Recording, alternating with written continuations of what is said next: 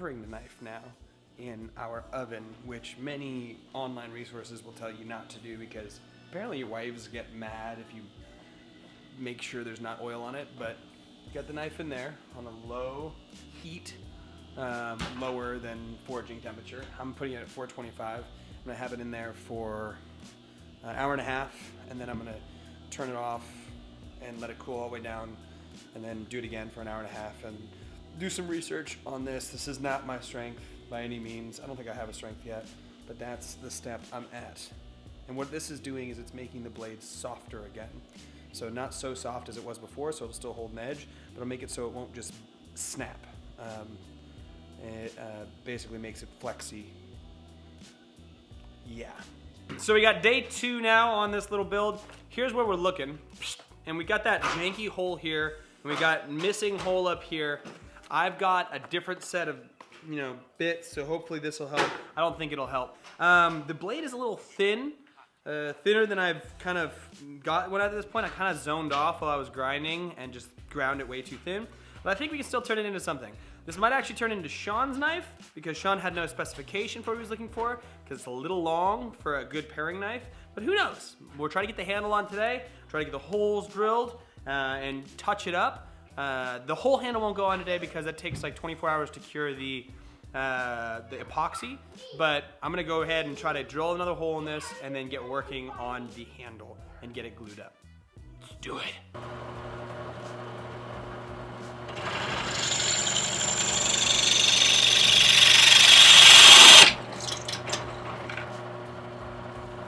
Oh, went through.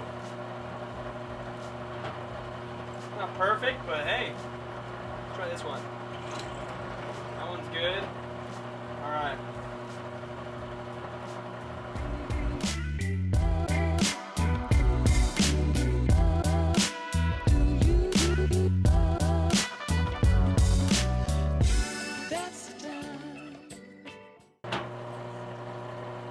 Well, no success. Looks like it's gonna be a 2-holer.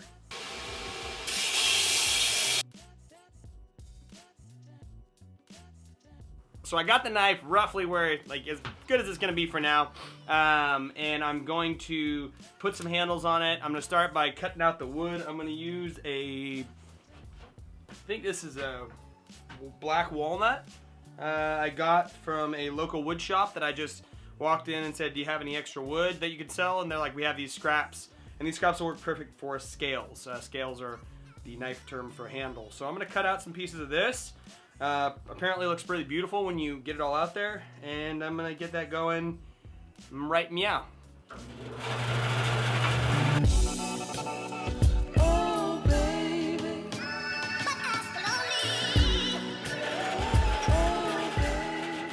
Success! So now I need to mark out on these guys where the actual handle is going to go and drill the holes through it so that way I can mount it to the actual knife. So I need to figure out what it's going to look like on the knife. Another thing I'm going to do is I'm going to grind down this side at an angle so it tapers down to the actual blade.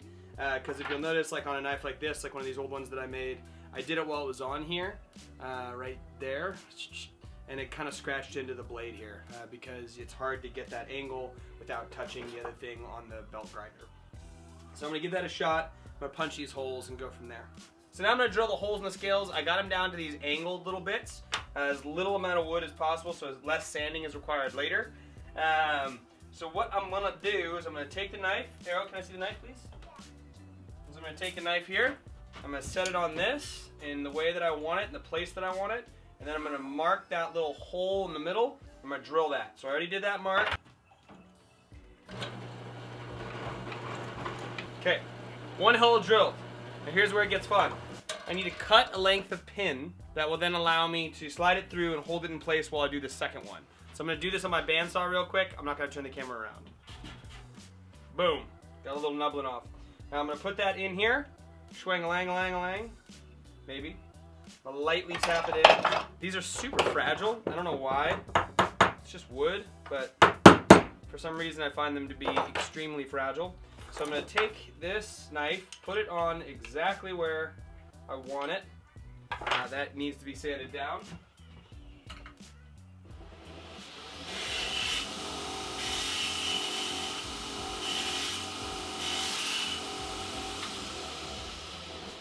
Sometimes the tip of these guys need to be sanded down in order to fit in the wood into the hole. So I'm going to slide that into the hole. Maybe. So this is that hole that I was having trouble with earlier. Let's see what happens. We knock it out and we try to re-drill it a little bit. So now we got to drill this second hole and make sure that it fits in there. Now we need another pin. So I banged it pretty aggressively. Generally you don't want to avoid that because that is risque to say the least. So these are coming out kind of at weird angles now that I look at it.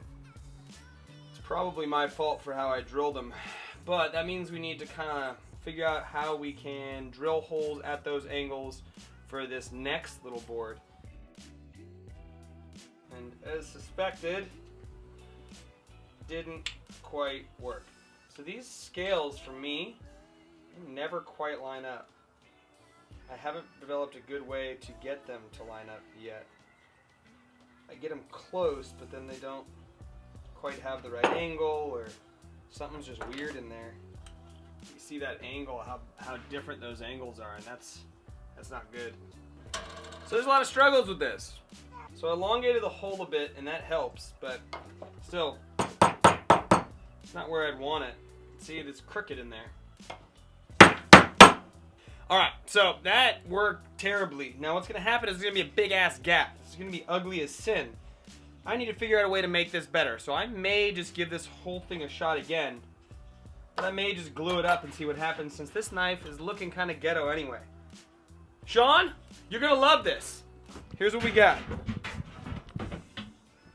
The reason I'm thinking this is so ghetto is because these angles of these scales are just not quite working how I want them to work. And that's purely user error on my part. I just am not sure what to do to fix that. So I'm going to just try to glue them together. We'll soon see what happens.